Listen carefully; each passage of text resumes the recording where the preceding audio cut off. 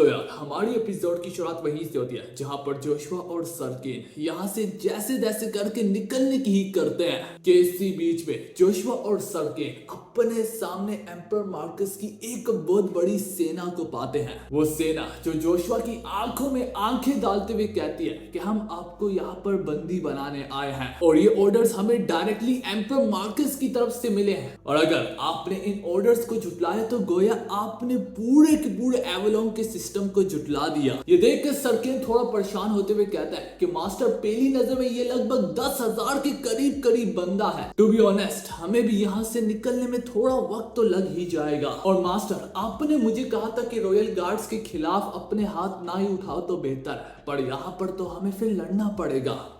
ये सुनकर जोशुआ भी अपने दिल में कहने लगता है कि हाँ, सरकेन के पास एक पॉइंट तो जरूर है।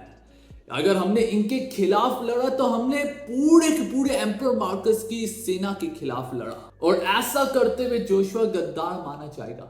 यही सोच रहा होता है जोशुआ इस वक्त अपने दिल में। वो ये भी कहता है कि एम्पर मार्कस वाकई में इंतहाई गिरा हुआ बंदा है। अब चूंकि वो यहाँ पर फेयर तरीके से पॉलिटिक्स नहीं खेल पाला तो वो डायरेक्ट मुझे बंदी बनाने का ऑर्डर दे रहा है, जबकि मैंने कोई कानून नहीं तोड़ा। हाँ, पॉलिटिक्स लिहाज से मैं यहाँ पर गलत साबित हो रहा हूँ, लेकिन अभी भी मैंने कोई कानून नहीं तोड़ा। इन दी एंड एम्पर मार्कस यहाँ पर अपने नाम को बचाने के लिए अपने नैस्टी कामों को शुरू कर दिया है। अब सरकेन सोच रहा होता है कि हम पीछे से निकल जाते हैं, तो तभी पीछे से आता है कोई और नहीं बल्कि फिफ्थ ड्यूक ट्रेमलिंग। वो जोशुआ की ओर अपनी स्वॉर्ड को ताड़ते हुए कहता है कि जोशुआ यहाँ पर हार मानो या फिर तुम सरेंडर कर सकते हो।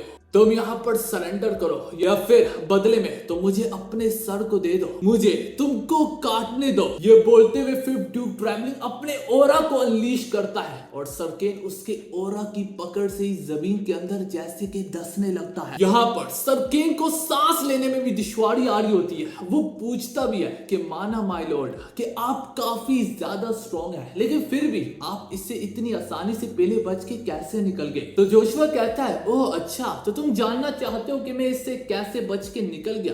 तो फिर मैं तुम्हें दिखाता हूं, क्योंकि मेरा नाम है जोशुआ सेंडर। ये बोलते हुए जोशुआ भी अपनी डेडली मानव को अनलीश करता है और अब दोनों के ओरा एक दूसरे के खिलाफ टकराने लगते हैं। हाँ दोस्तों, यहाँ पर जोशुआ अपने ओरा के दम पर पूरे तरीके से ट्रेमलिंग के ओरा को खत्म कर डालता है, पर फिफ्थ ड्यूक ट्रेमलिंग कहता है तो ठीक है, फिर तुमने अपनी मौत को चुना है। मुझे ड्यूक एग्नस के लिए काफी ज्यादा दुख हो रहा है कि वो इतने जवान बेटे को खोने लगा है इस उम्र में। जोशुआ अपने दिल में कहता है दिखने से तो लगता है कि मुझे एम्पर मार्कस समेत पूरे के पूरे एवलॉन को सोलो करना पड़ेगा, जबकि मैंने इग्रेस से वादा किया था कि मैं पॉलिटिक्स के दम पर एम्पर बनूंगा। पर अब जिस तरह से चीजें जा रही हैं मुझे सबकी गर्दनों को काटना पड़ेगा और शायद से जबरदस्ती एम्पर मार्कस को यहाँ पर गिराना पड़ेगा।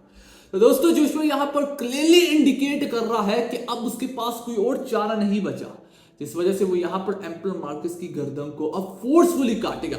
क्योंकि मोस्टली लोग मुझसे पूछते हैं कि जोशुआ फोर्सफुली क्यों नहीं करता। जोशुआ चाहे तो वो एम्पर मार्कस को मार सकता है, तो जोशुआ ऐसा क्यों नहीं करता? एक पहली वजह, उसने इग्रेस से वादा किया था। इग्रेस ने कहा था कि आप धोखेबाज बन के एम्पर नहीं बनेंगे। दूसरा, उसने जोशुआ चाह रहा था कि वो सीधे तरीके से एम्पर बने ताकि हिस्ट्री में वो सबसे अच्छा किंग खिला सके, वो लोगों का दिल जीत सके। क्योंकि जो बंदा लोगों का दिल जीत के एम्पर बनता है तो बाद में उसकी हुकूमत सबसे ज्यादा मजबूत होती है। फाइनली, जिसका तुम लोग कब से इंतजार कर रहे थे कि जोशुआ कब जबरदस्ती करेगा, जबकि मुझे ये चीज पसंद नहीं है। जोशुआ काफी अच्छी पॉलिटिक्स खेल रहा था अब तक। हमें यहाँ पर किसी बंदे की जरूरत है। जोशुआ के चांसेस यहाँ पर बचने के नहीं है क्योंकि वो पॉलिटिक्स गेम हार चुका है। पर यहाँ पर अगर कोई सोचो एक ऐसा बंदा आ जाए जिसकी पॉलिटिक्स सारे के सारे ड्यूक से ज्यादा बढ़ के, तो फिर क्या होगा?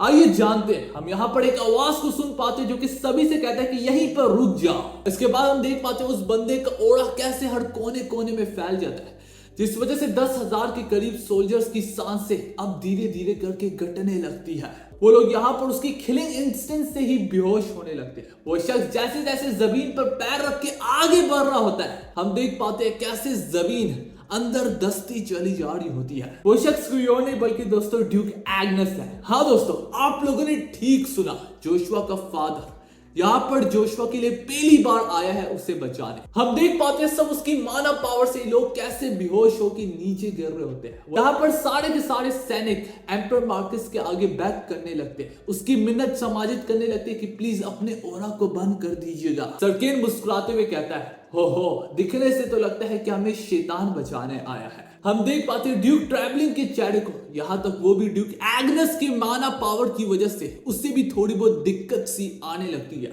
दोस्तों सोचे, अभी तो ड्यूक एग्नेस ने सिर्फ अपने कदम ही जमाए हैं और सारे लोग बेहोश होकर नीचे गिरे, और यहां तक फिफ्थ ड्यूक को भी अब मुश्किल आ रही है, जो कि वन ऑफ द 9 स्टार में से भी एक है। वो यहाँ पर ड्यूक एग्नेस को समझाने लगता है कि देखो ऐसा मत करो, मैं जानता हूँ वो तुम्हारा बेटा है, लेकिन हमें यहाँ पर एम्पर मार्कस ने ऑर्डर्स दिए हैं। पर ड्यूक एग्नेस उसकी एक भी ना सुनता। धीरे धीरे इससे वो अभी भी अपने ओरा को अनलीश करते हुए जोशुआ की मदद के लिए आगे बढ़ने लगता है, जबकि फिफ्थ ड्यूक ट्रैवलिंग उसकी मिन्नत कर होता है कि सर प्लीज ऐसा मत कीजिएगा, तुम जानते भी हो कि मैं एम्पर मार्कस के ऑर्डर पे आया हूं, अगर तुम मेरे खिलाफ जाओगे तो मुझे तुमसे भी लड़ना पड़ेगा। वो जैसे जैसे ये समझा होता है कि उतने में ही ड्यूक एग्नेस जोशुआ से आगे निकलते हुए ड्यूक ट्रैवलिंग और जोशुआ के बीच में दीवार बन के खड़ा हो जाता है। इसके बाद फाइनली ड्यूक एग्नेस अपनी खामोशी को तोड़ते हुए एक मोटी सी और एक स्ट्रेंज आवाज में कहता है, क्या ये इतना ही अजीब है कि एक बाप अपने बेटे को बचाने आया है। दोस्तों उसके वर्ड्स पूरे तरीके से एब्सोल्यूट है, और आज तक जोशुआ की मानव में कभी ऐसा नहीं हुआ कि ड्यूक एग्नेस डायरेक्टली जोशुआ की मदद करने आए हो। ना एक बंदे ने मुझसे बहुत पहले सवाल पूछा था कि अगर एम्पर मार्कस डायरेक्टली जोशुआ की जान लेने चले आए तो क्या ड्यूक एग्नेस उसकी मदद करेंगे? तो आप लोगों के सामने जवाब आ चुका है। यहाँ पर एम्पर मार्कस जोशुआ की जान लेने की कोशिश कर रहा है और ड्यूक एग्नेस उसकी मदद के लिए आ गया है। दोस्तों ये पहली बार इस मानवा के इतिहास में हो रहा है, और इसके लिए हमें Duke Agnes open the chat लिखने की जरूरत है कमेंट सेक्शन में। एक ऐसा शख्स जिससे यहां तक एम्परर भी थर थर कांपता है, उसको हम फाइनली एक्शन में देख पा रहे हैं। पीछे से एक सैनिक जो कि हिचकिचाते हुए खड़ा होता है, क्योंकि ड्यूक एग्नेस ने फाइनली अपने ओरा को बंद कर दिया होता है। वो यहां पर हिचकिचाते हुए कहता है कि सर ड्यूक एग्नेस, हम आपके बहुत बड़े फैन हैं, प्लीज ऐसा मत कीजिएगा। हर एक रॉयल नाइट आपकी काफी दिल से इज्जत करता है, अगर आपने जोशुआ की यहाँ पर मदद की तो आप गद्दार माने जाएंगे। ये सब बाप बेटे के बीच में नहीं है सर, ये पूरे की पूरे एवलोन की इज्जत का सवाल है कि आप इतने ज्यादा ताकतवर है कि हर नाइट और हर ड्यूक आपकी तरह बनना चाहता है। तो आगे से फिफ्थ ड्यूक ट्रेम्बलिंग भी कहता है कि मैंने कभी सोचा नहीं था कि मैं तुम्हारे खिलाफ जाऊंगा, और ना ही मैं जाना चाहता हूं, पर तुम्हें यहाँ पर समझना पड़ेगा कि तुम्हारा बेटा एक बागी है। तो ऐसा करो ड्यूक एग्नेस, तुम जहां से आए हो वहीं पर चले जाओ। हम ऐसा बर्ताव करेंगे जैसा कि ये कभी हुआ भी नहीं हो।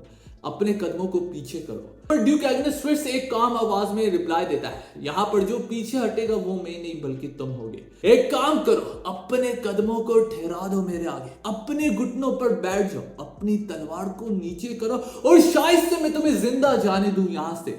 दोस्तों ड्यूक एग्नेस के वर्ड्स पूरे तरीके से एब्सोल्यूट है। ड्यूक एग्नेस यहाँ पर उसकी जान तो नहीं लेना चाहता, पर अगर जरूरत पड़ी तो वो ले भी लेगा। जोशुआ भी अब हैरान के ये क्या चल रहा है भाई, मेरी पिछली जिंदगी में कभी भी ड्यूक एग्नेस मेरी मदद के लिए नहीं आया, पर अचानक से अब ऐसा क्या हो गया मेरी जिंदगी में कि रिग्रेस होने के बाद अब मेरा बाप मेरी मदद के लिए आ चला आया? क्या मैं जिस तरीके से ग्रो कर रहा हूँ और जितनी स्ट्रगल कर रहा हूँ पॉलिटिक्स पावर को पाने के लिए, और इसी तरह इसका भी नाम रोशन हो रहा है, क्या ये सब कुछ देख के मेरे बाप के अंदर थोड़ी सी शर्म जाग गई है? क्या उसे दुख हो रहा है? क्या उसे रिग्रेट हो रहा है अपने पास्ट पर? दोस्तों मैं आप सभी को याद दिलाता चलूं, जोशुआ की मदर के साथ ड्यूक एग्नेस ने जबरदस्ती की थी और फिर जोशुआ पैदा हुआ। ड्यूक एग्नेस ने जोशुआ को इग्नोर किया, बिल्कुल ऐसे ही इग्नोर किया जैसे हम आम की गुठली को इग्नोर करते हैं, चूसने के बाद उसे फेंक देते हैं। तो ये बातें कर रही होते कि उतने में पीछे से काउंट एडी एक स्नीकी अटैक करने की कोशिश करता है, समझता है वो ड्यूक एग्नेस को मार देगा, पर ड्यूक एग्नेस आसानी से उसके इस वार को झुठला देता है और रोक लेता है। ऐसे रोकता है जैसे उसे कोई फर्क तक नहीं पड़ता। ड्यूक एग्नेस कहता भी है कि मेरे आगे इस पूरी एवलोन में कोई भी इतना स्ट्रॉन्ग नहीं है जो मुझे हरा सकता है। और इसी के साथ हमारी वाली एपिसोड यहाँ पर खत्म होती है।